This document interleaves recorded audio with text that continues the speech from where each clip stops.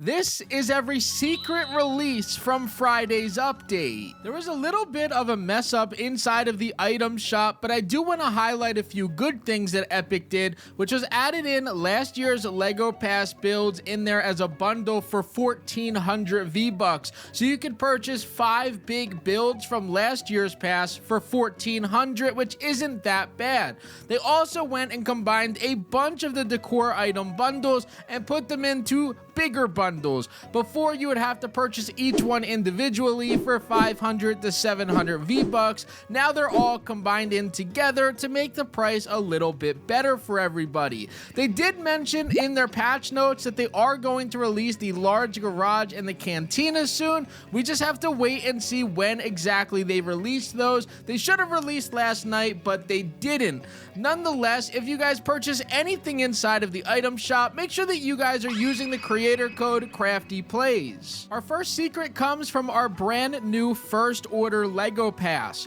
When you look through here, you'll find a few different new loading screens. However, there is one secret one that you receive for getting to level 30, even though it doesn't show it when you're looking through the pass. And that's going to be this screen right here. It is a Brick Life loading screen, which I know a lot of you guys aren't too big of a fan of, but on the bright side to that, it does show a feature that will be coming into that game mode in the future, which is going to be customizable hoverboards with different graphics on them. Now, I know a lot of you guys don't care too much about that mode, so I won't talk about it for too much longer, but it is a good sign to us getting customizable or different variants to different vehicles, whether in Odyssey or Brick Life in the future. A huge secret change was made to the Storm King area, as you can now enter the Tempest without charging any Eye of the Storm to get in there, which is a really weird change. I don't know if this was intentional or if this was just a little mess up by Epic when they put out this recent update,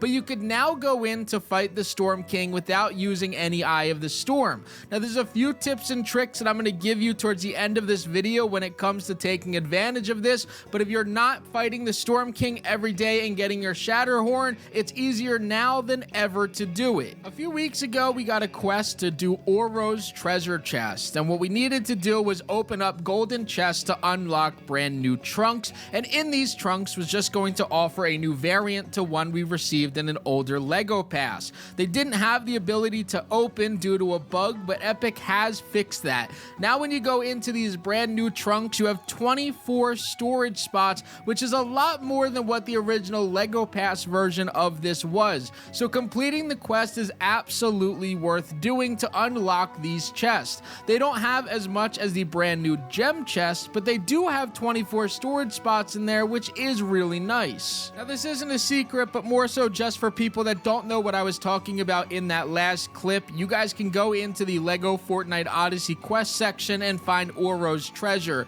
In here, you could unlock those 3 trunks by finding a chest full of treasure 10 total times. It's very easy to do this if you just go to the Lost Isles on top of those floating islands and open all of the chests up.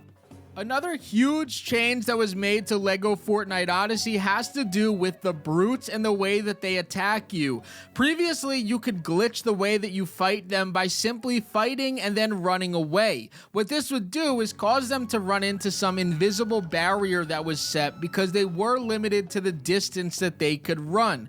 After the update on Friday, you can no longer do this. You could try to run away from them, but there's no longer an invisible wall that stops them. So it doesn't matter how far you're running, they're going to chase you down the entire way, making the brute scale fights a little bit more difficult. Now, you can still fight them with a bunch of different tips like standing on high ground, being on top of hills and mountains, but for the most part, you're going to have to run for your life now because they're not going to stand still for you anymore. This next secret update I have a little bit of trouble proving, but I do have people in the Discord server that say saying this is true. It has to do with the white llama on Star Wars Island. Last year when the update released for Star Wars Part 1, we were able to find this Star Wars llama randomly around our map. And over the last year, it's not shown up nearly as much as it previously has. Well, now, apparently, according to the Discord, this llama is back and showing up a little bit more frequently on our Star Wars islands.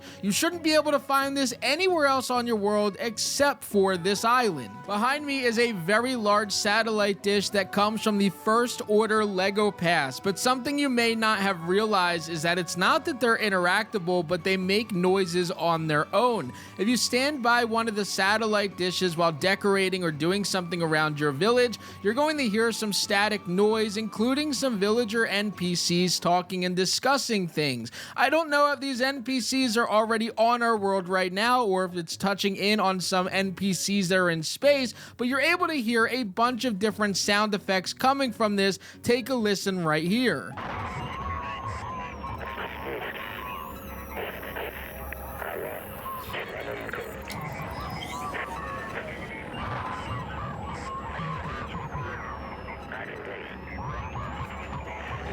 This isn't the only decor item from the new First Order LEGO Pass that's interactable. The brand new Darth Vader statue will have a breathing sound effect if you interact with it while standing in front. Take a listen.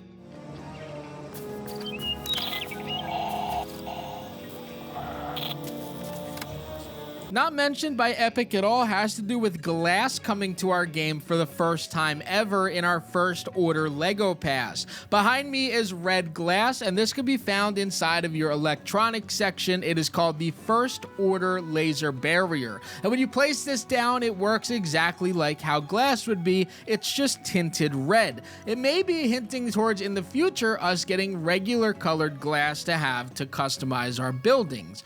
Not only that, but inside of this LEGO Pass, we did get a very unique size floor, which is going to be a 4x2x1, the smallest floor in the entire game. Previously to that, our smallest was a 6x2x1, so you can see why this is kind of a big deal. One of the best tips or tricks that I have for you as far as getting Eye of the Storm, Rift Crystals, or any other storm type of material is going into fighting the Storm King and not destroying the respawners. What this will do is give you endless wave of enemies that are going to continue to drop you essence and different other material drops that these enemies have. Now, the key to this is if you don't destroy the respawner, it'll continue to put enemies out to fight you. Not only that, but you could leave the game at any point in time to then walk out and leave the Storm King area to then return back if your inventory's full or if you run out of any food items or your weapons break. This is going to be extremely good to take advantage of while the entry to fight the Storm King is a total of 0 Eye of the Storm, because you can go in here and stack up on Eye of the Storm without spending any. The same exact thing goes when it comes to Rift Crystals and Essence. This is a very easy way to stack up on all of these. One of my favorite tips in the entire game. I hope that you guys enjoyed today's secret tips or tricks video. Don't forget to leave a like, comment, and subscribe. And as always, guys, this was Crafty, and I'm out.